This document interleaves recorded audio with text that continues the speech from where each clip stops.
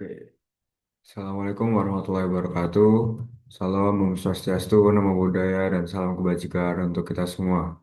Sebelumnya, perkenalkan nama saya Ahmad Zidan Mubarak Dafiuddin dari Program Studi Ilmu Komunikasi, Fakultas Ilmu Sosial dan Ilmu Politik, Universitas Brawijaya dengan NIM 245120201111 Nah, di sini saya akan mempresentasikan artikel ilmiah saya dengan judul Politik di Balik Lelucon, Analisis Meme sebagai Komunikasi Visual di Media Sosial. Oke, nah untuk pendahuluan, seperti yang bisa dilihat, yang pertama, media sosial menjadi ruang utama dalam membentukkan opini publik dan debat politik. Lalu poin selanjutnya, meme berkembang dari hiburan menjadi alat komunikasi politik. Dan selanjutnya, dari menggabungkan teks dan visual, alhasil terbentuklah penyampaian kritik sosial atau politis secara ringkas dan juga kreatif.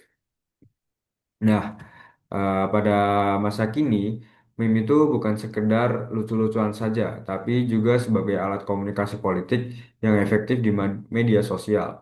Dengan cara yang ringan dan juga jenaka, meme bisa menyampaikan kritik yang tajam terhadap isu-isu politik, membentuk opini, bahkan menggerakkan partisipasi publik, terutama di kalangan anak muda digital.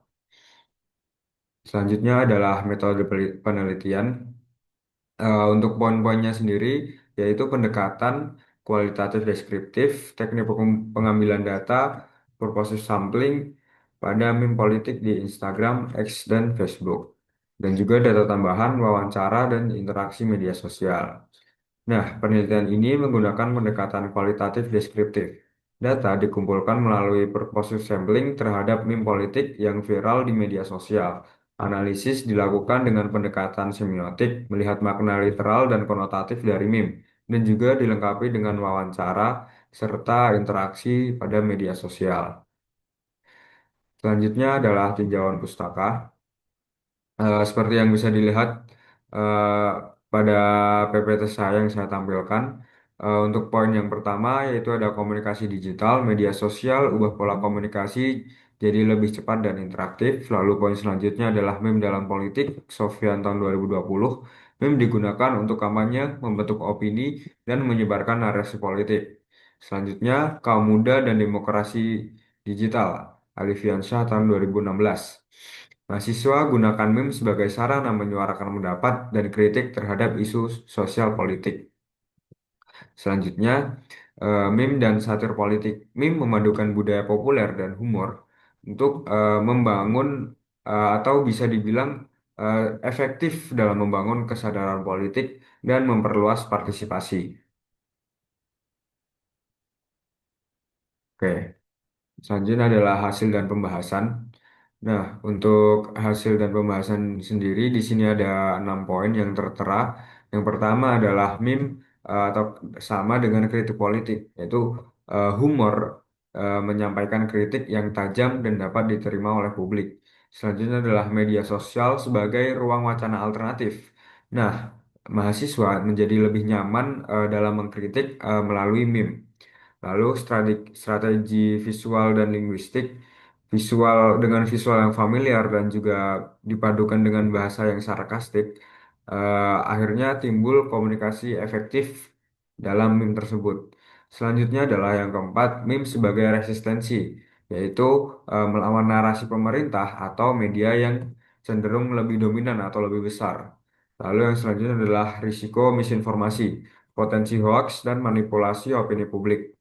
Selanjutnya adalah mahasiswa sebagai produsen meme atau bisa dibilang aktif lah dalam menyuarakan opini dan menciptakan konten politik. Nah, hasil wawancara dan analisis konten menunjukkan bahwa meme sering digunakan mahasiswa untuk menyampaikan kritik terhadap kebijakan pemerintah atau tokoh politik. Nah, meme menjadi saluran alternatif yang ringan namun tetap menyentil.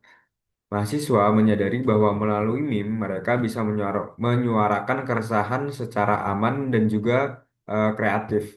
Meme yang efektif umumnya menggunakan wajah tokoh publik, cuplikan film, atau karikatur. Nah, teks yang digunakan cenderung bersifat sarkastik, ironis, atau seperti menirukan atau parodi seperti itulah.